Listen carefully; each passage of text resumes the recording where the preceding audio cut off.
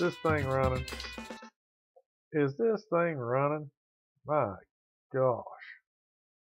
It's a Monday every day around here, seems like. Well, let's see. What does YouTube say? Does YouTube say this thing's running? Well, does it? I see my little wheel is spinning round and round and round. Well, looky there. There it is. It is working. It is working. Yay! We did it. All right. Welcome to the Minutes with MwM Show. That is a show. It's a broadcast. So, it's Monday, 9 o'clock. Time for the show. I hope you shared it out. I put a post on YouTube, Facebook, Instagram, X. I'm not going to say it. Everybody normally says, formerly known as blah, blah, blah. Just call it X. That's what it is now. If I change my name to Henry, call me Henry. Don't call me Henry, formerly known as Milo. Don't do that. Just call it what he wants to call it, which is stupid, but I kind of understand it. So, how is everybody? Good, I hope, for a Monday. Let me get rid of that. Uh-oh. What did I do? It's not what I wanted to do, but it's what happened.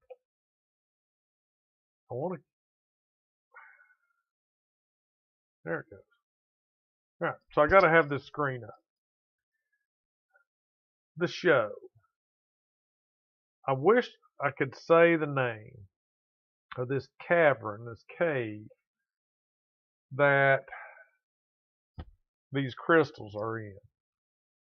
And I watched a documentary on this thing off of Prime Video the other night, and that's what made me think about it, doing it as the show. And they said the name the whole time, of course they did. But can I remember it? No, I can't remember it. I'm just going to call it Naica. I'm sorry. Naica is what I'm going to call it. All right, so these crystals in this cave are, well, let me back it.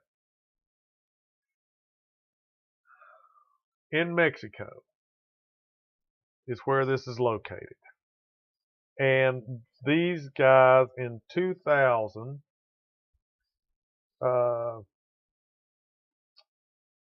somewhere early 2000s, they had a mine. And they were mining ore out of this. And they broke through the wall. And when they broke through the wall, hey Cleo, the miners saw all these crystals. And it just took off from there. Okay. So Naica mine formed within the limestone host rock of the mine, about 358 feet long, with a volume of cubic something. So I couldn't believe, if you've seen that one Superman, where it's not the original, but it's the movie where he's learning about his powers and all this kind of stuff, and he finds the ship, his spaceship in Antarctica, wherever it is, in the snow, and he goes in, and then it takes him and tells him where this secret chamber is that becomes his bat cave for Superman, and inside of it are all these crystals.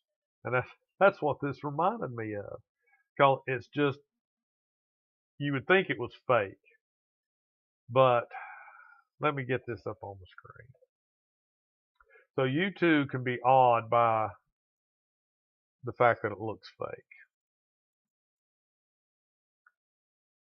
I've got that stupid thing in my head now. Let's pull this up to the top. Shrink me away into the corner.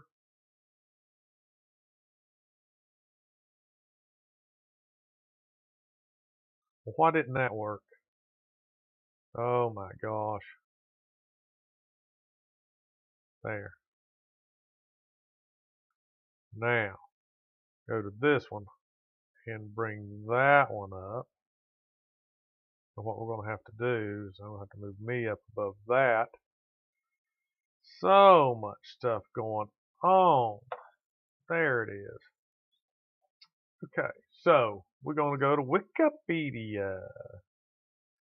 Cave of Crystals. I wished it would tell in here. It was discovered in April 2000 by a couple of brothers that were miners. They were drilling in the mine, and they broke through this wall, and the chamber was in there with all these crystals. As of October 2015, the mine had reflooded and the cavern filled once more with water rich in minerals required for minerals to grow. So, in this mine, I wish it would tell what they were mining. I can't remember what the original mine was for, some kind of ore. And it's 390 some feet deep. And they have to continually, like a lot of mines, pump the water out. And when they found this cave, this cavern, at the end of the tunnel, they had to pump all the water out of it too. And they've been keeping it pumped out. But the crystals are gypsum crystals, the same stuff, gypsum, the same mineral that drywall is made out of. But it in these prime conditions, you know, it grows into a crystal and has to be in water. The temperature has to be just right and all this kind of stuff. And it's a huge, huge cavern full of these things.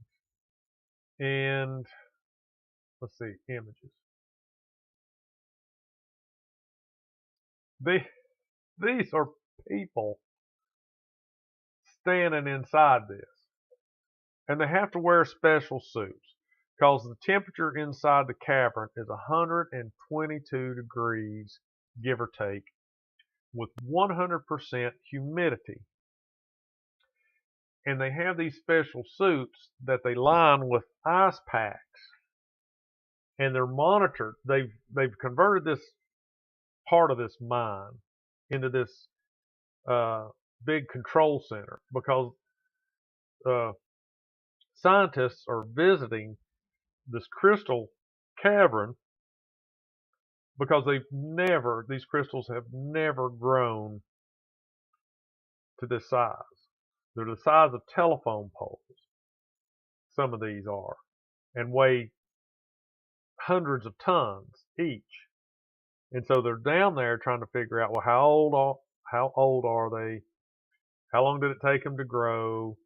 You know, is there any life forms down in there? The documentary that I watched, they did find, or they thought they were finding, the guy from NASA was there, a guy from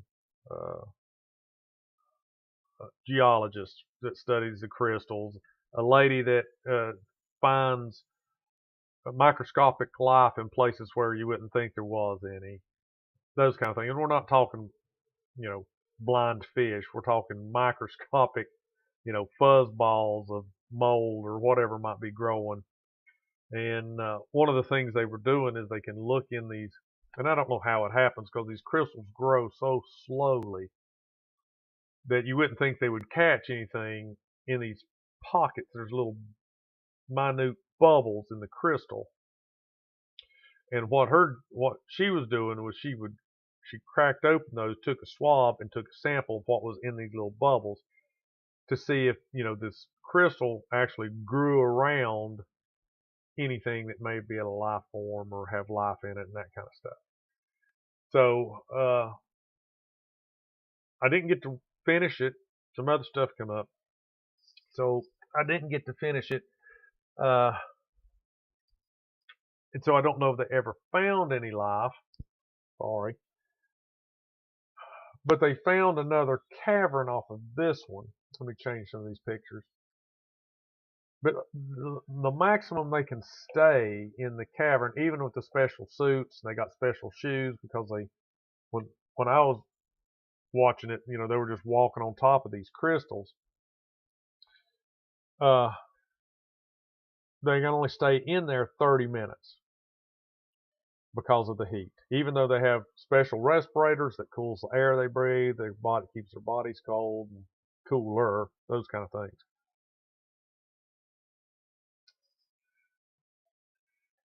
But if you go in there in regular clothes, like I said, it's 122 degrees roughly, 100% humidity. It took them 30 minutes to drive a van. This is how they dolled this up. They, I guess, widened the mining tunnels enough they could drive this van down in there. I don't think they live down there. I think they come and go each day, but it's a 30-minute drive. And of course, they're not doing 55, so they're like putting down through there. But it's a big thing for this mine, and these people come to, I won't say explore it, but when they first went in there, they went in just regular street clothes, and they limited them to 5 minutes. And they say what happens if you go in there in your street clothes, and they've got this sealed off through plexiglass from the rest of the mine. But I'm sure it's, hot in the mine too. But when you go in there in street clothes, you immediately sweat. But since the humidity is 100%, it doesn't evaporate. And if the sweat doesn't evaporate, then it doesn't cool the body. And so the body and organs start to heat up to 122 degrees, which they're not supposed to be. Like, you're, you have a fever. So things start to break down and cells start to explode and dry out and all this other kind of stuff. So anyway, so you can only stay 5 minutes. And this guy here, you can tell he's just in a t-shirt, stuff like that. But they did core samples to see, what was in the center of them, what was made up of the center, different things like that. So it's the thing. I know if you want to study something, you have to be there, right? You couldn't study it, but in order, these things were growing in this water, and of course, all the conditions had to be perfect to make these things. So they go down there to study this, and just like anything else that we humans like to do, we just like, well, let's just pump the water out and we'll study them. Well, it's got to be detrimental to the crystals. I don't know. All these ones like this person's looking at here, those were still growing. The ones in these big pictures where they've grown top to bottom, left to right, would they get thicker? Would they still grow if they hadn't pumped the water out? And these ones that are laying like this one are the ones that got broken. And of course, they don't know how they got broken, but they're guessing it's a earthquake, because the mine is on some faults. What are they called? Earthquake faults. So they think there was a pretty good sized earthquake that rocked the cavern, shook them, and broke these.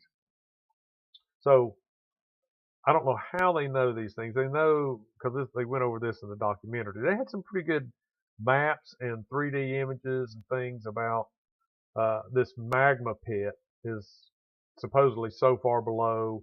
That's what makes it hot. If anybody's ever seen, if you're out there, you've ever seen geodes, the rocks, you crack them open and it's crystals. inside that. Think of that, except on, gigantic scales. Let's see. So this is a crystal from that mine. I I was sitting there thinking, I wonder what would happen if you turned a laser on and shot it, in there. Would it just reflect and it'd be bouncing around all over the cavern, or would it just, hit it and kind of light up?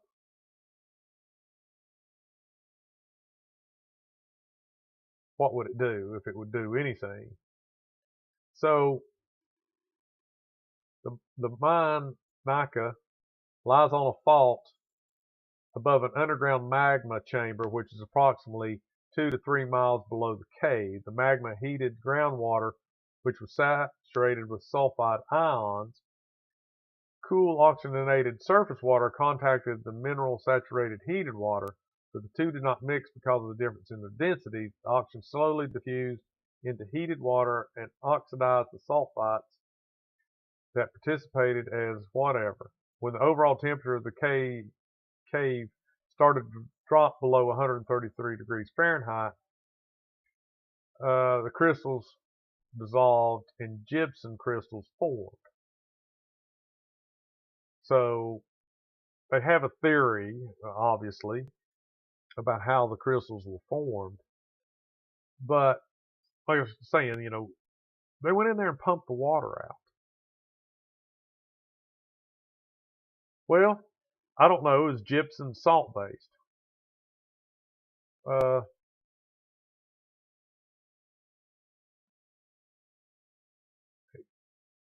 I don't know what this word is. Selenite.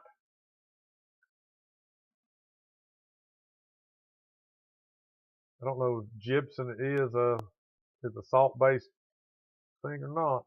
It says gypsum is a soft sulfate mineral composed of calcium sulfate dihydride with the chemical formula of whatever. It's widely mined and used as a fertilizer and as the main ingredient in forms of plaster, drywall, blackboard, sidewalk chalk. Gypsum also crystallizes.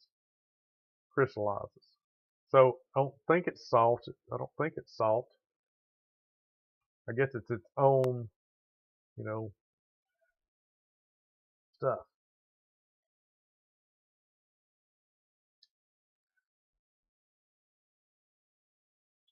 So I was reading here.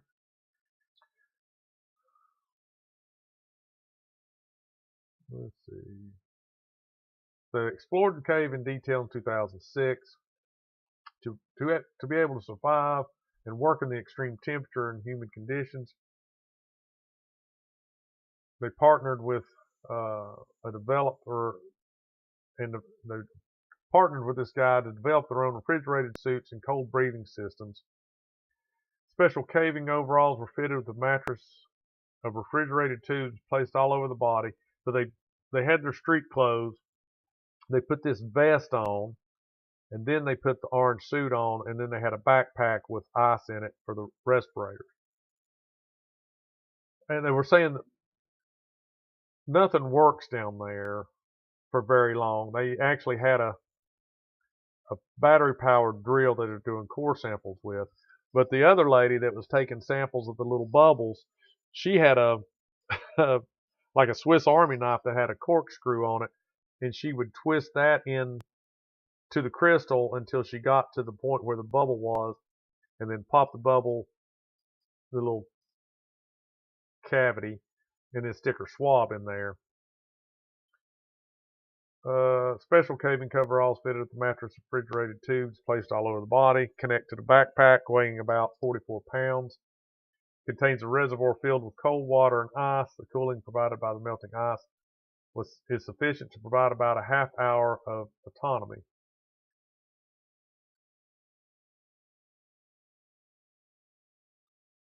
They're trying to determine the maximum age of the crystals, and they determined it was about 500,000 years old. They did another experiment and I don't know how they did it. They got water that was still down in there, so it was the same temperature. It was the same water, I guess, that they were pumping out, and they, I guess, seeded a crystal and dropped it down into this water in a special thing to see how long it would take it to grow a certain length, and then that's how they kind of extrapolated how long it take to grow crystals, huge crystals like that.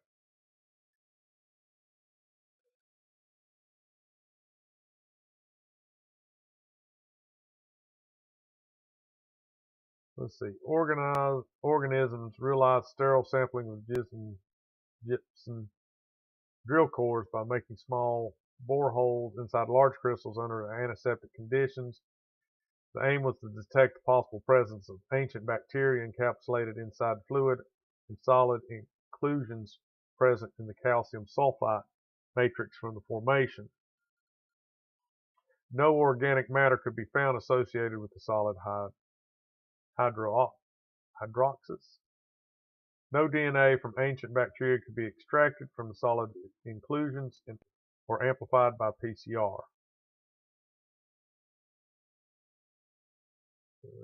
See, the cave was featured in the Discovery Channel program Beyond the Crystal Cave in February 2011. Earlier, it was featured in the History Channel program Life After People in the episode Depths of Destruction of the second season.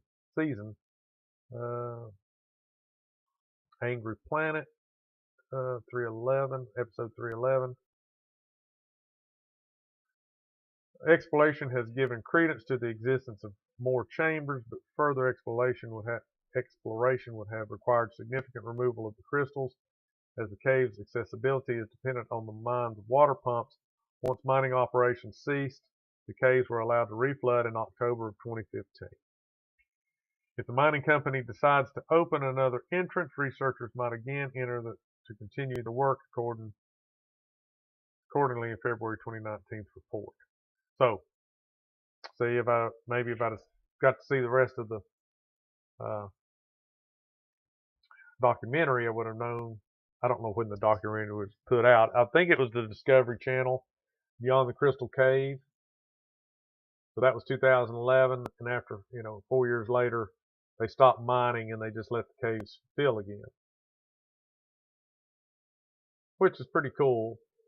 I mean, but it was just mind-blowing the way that it looked in there.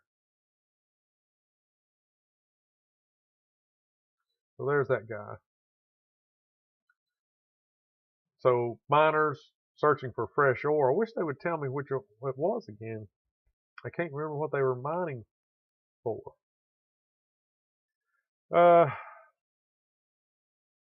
Some of the big ones are 12 meters long, 1 meter wide,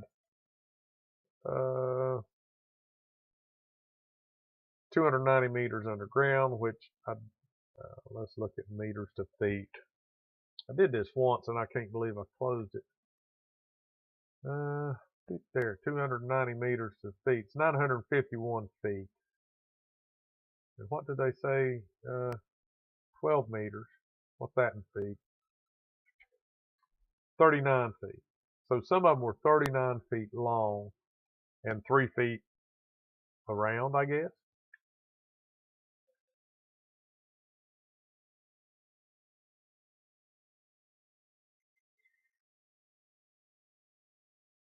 So, roughly 26 million years ago, a mound of magma strained upward through the earth beneath Mexico. Rising magma created what is now a mountain near the town of Naica and forced hot mineral-rich waters into caverns and gaps in the mountain's limestone. It was these waters that the giant crystals of Naica were born. The caves were filled with calcium sulfite-rich water. Calcium sulfite can form several minerals, but it turned out that gypsum, specifically a transparent colorless variety known as selenite, came to be the dominant mineral in the caves.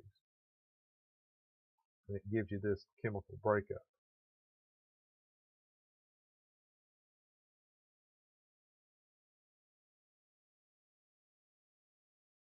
So this looks like, if you can see that there, this looks like they had built handrails, and this looks smooth.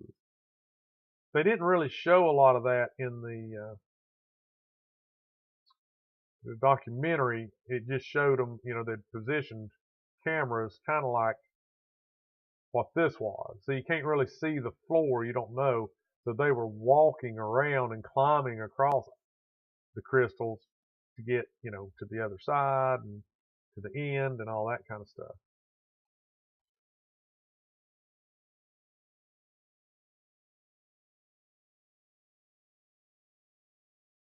Drained and dangerous. If the crystals had remained submerged, there is no telling how much larger they could have grown.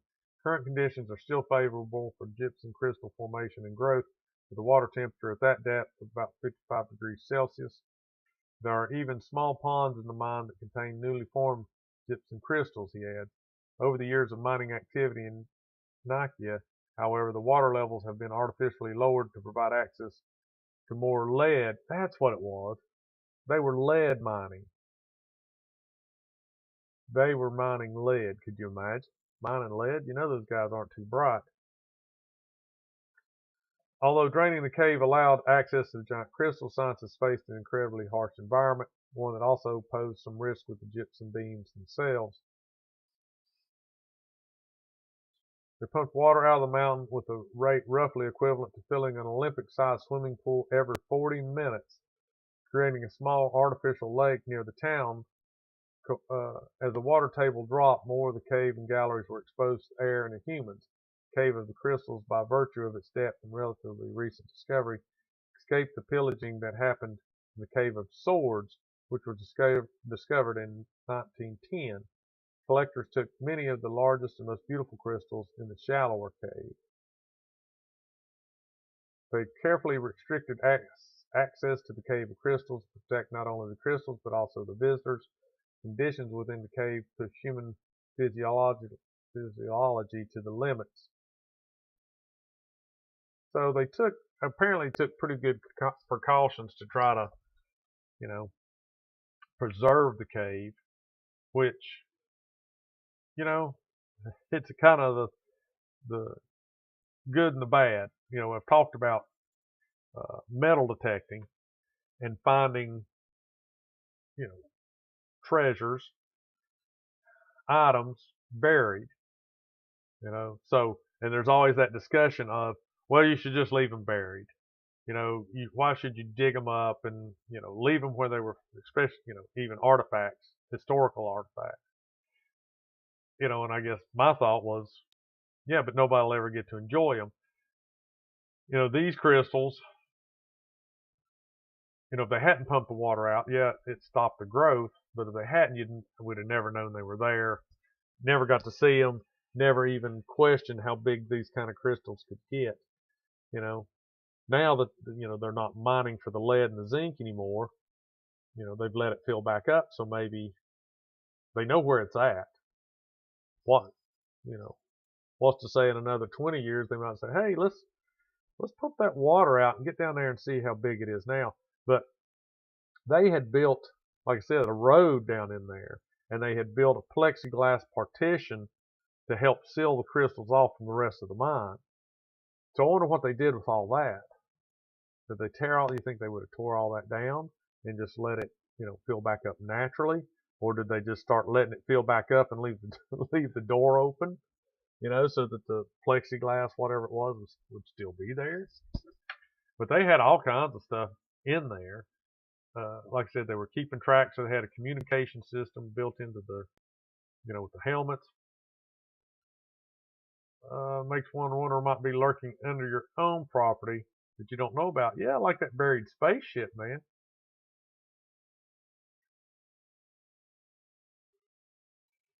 Just like I was talking in Superman, that spaceship from Kryptonite or whatever it was. Where was his planet? Krypton?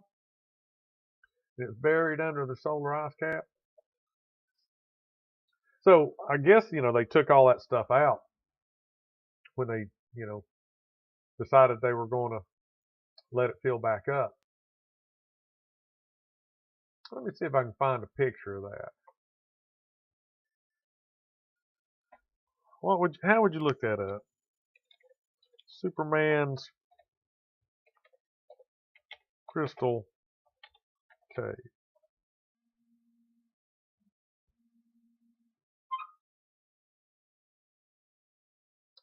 Fortress of Solitude.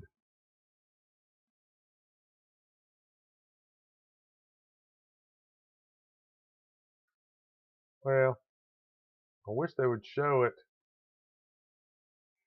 the way it was in the movie, so you can compare pictures. I wonder when that.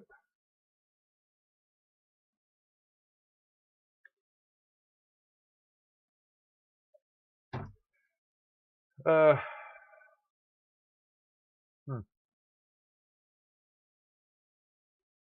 get back to that. I want to see the one where Fortress of Solitude.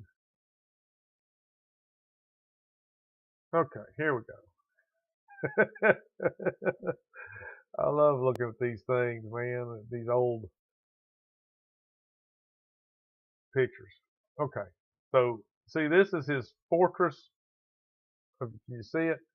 It's huge, and this is him standing in it.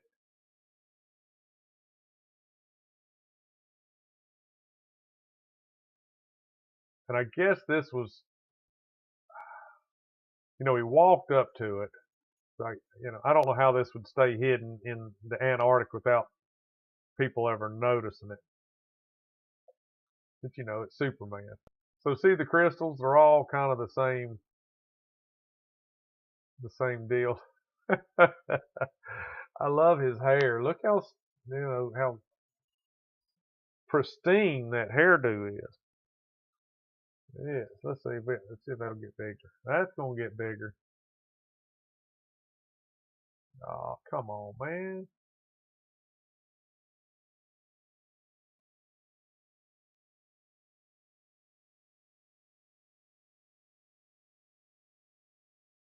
Oh my gosh. I hate when that happens. Let me out of here. So it does look like the same type of crystals. I mean, I guess when you're uh, a movie maker and you need to find out what a crystal looks like, I assume that a lot of them look like this, shapes and that kind of stuff, except for maybe the different colors. 16 Secrets About Superman. Let's see.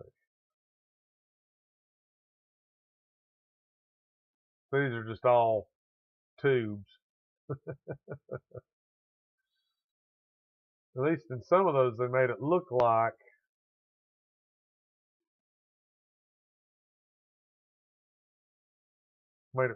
crystals more than just tubes.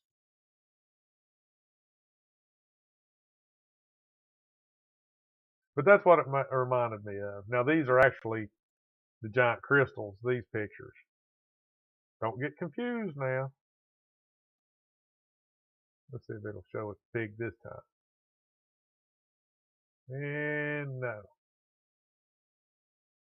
Well, isn't that just fancy?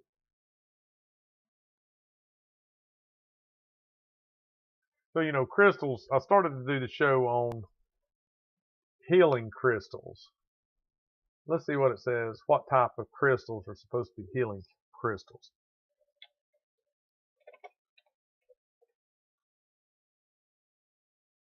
Ooh, there's a chart. Well, looky there. Let's see if gypsum's on one of these uh, charts. Uh, educational wall poster, crystal gem meanings and attributes. Turquoise, amethyst, clear quartz, opal, rose quartz. Okay. This one here in the corner, selenite, is one of the things that they talked about in there when I was reading it. one of the, I don't know, elements that was in the water, that was in the cave. But I don't see anything that talks about. There's pyrite. That's my favorite kind of gold. Let's see, lava rock, lava stone, sapphire, garnet. Ooh, oh, amber. That looks kind of like it. Citron. But I don't see gypsum. That's probably just too low down. Smoky quartz. Yep. I don't see gypsum as being, let's just say, gypsum.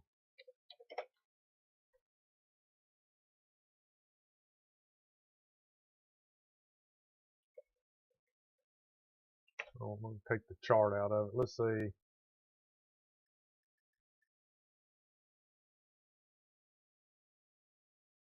Well, you can get you a selenite healing crystal for $7 off of Amazon.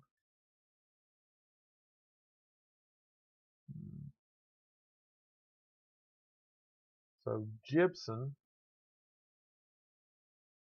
is named for, let's see. Calcium sulfate takes many forms, occurring in tabular blade. Diamond-shaped crystals also occurs in fibrous forms, compact granular masses, grains of sand, common minerals in sedimentary environments. It's a major rock-forming mineral that produces massive beds, usually from participation in high saline waters.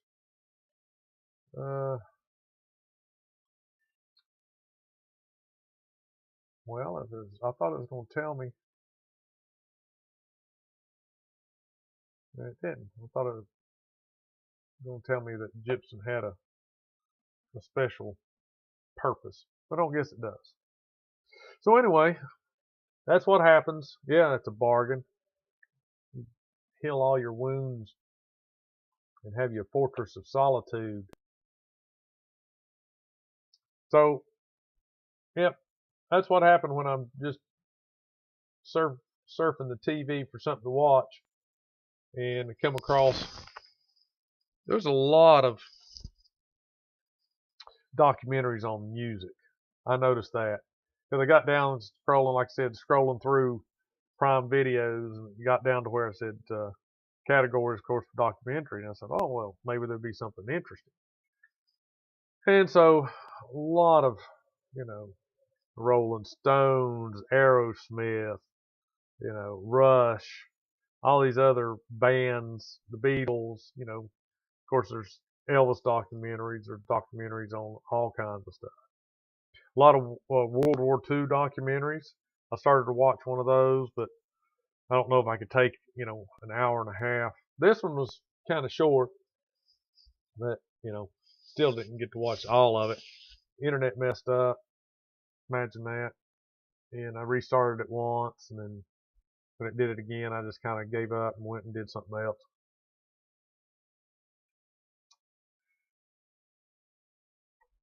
But anyway, just thought that was a very interesting setup in the cave.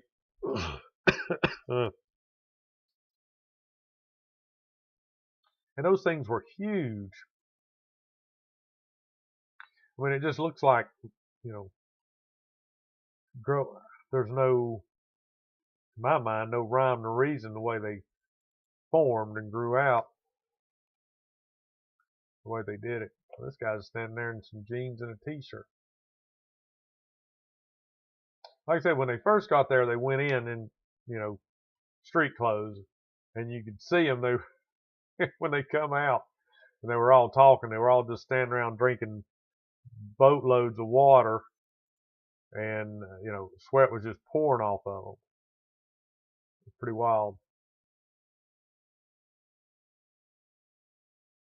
So this is kind of what the outfit looked like they would put an orange jumpsuit on over something similar to that to keep them cold or cool.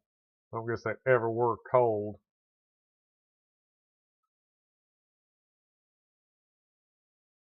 There's one that broke off. I don't know if they tried to map them. They never talked about how it was. Check this guy out. This is what I thought about too. Yeah, the Knights that say neat. Looks like the Knights that say neat. Yep. They got the coconuts. But here are all these guys. You ever wonder, and I thought about this when I was watching it because they were trying to climb back through these big crystals because they could feel air coming from one end of the cavern, and they were trying to see if there was another chamber they could get into. And so two guys are in their orange suits and they're going back through there and everything, and you're thinking, how's the cameraman getting around? And this picture shows the cameraman just standing right here in his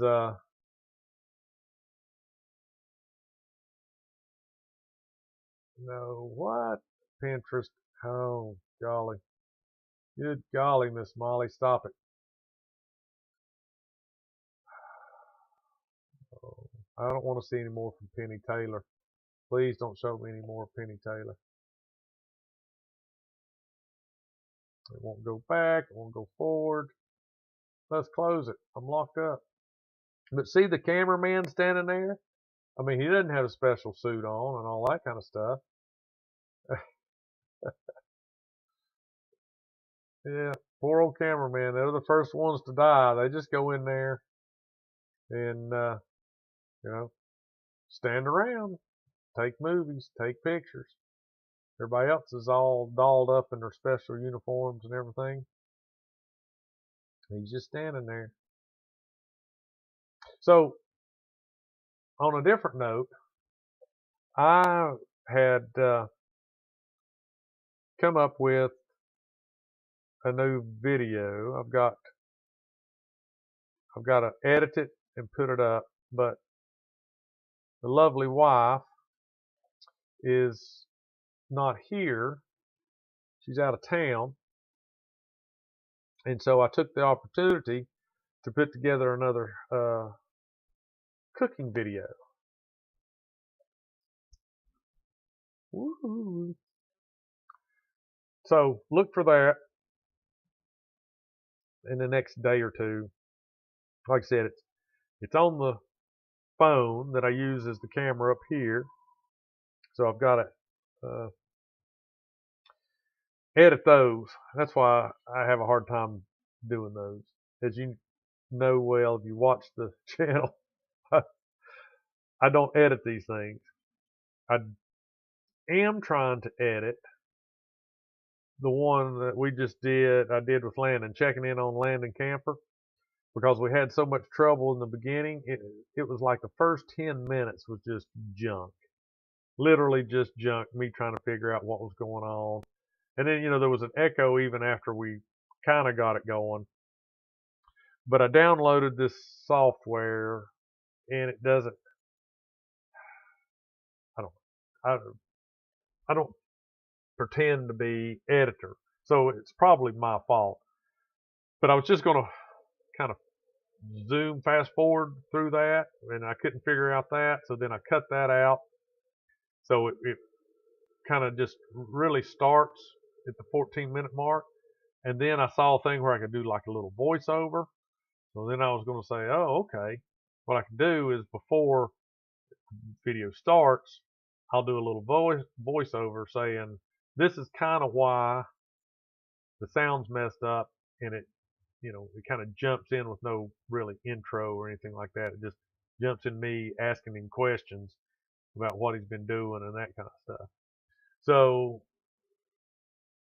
every time I would do a voiceover, it would be like 10 seconds, and it would only record like the last 7 seconds of my spiel.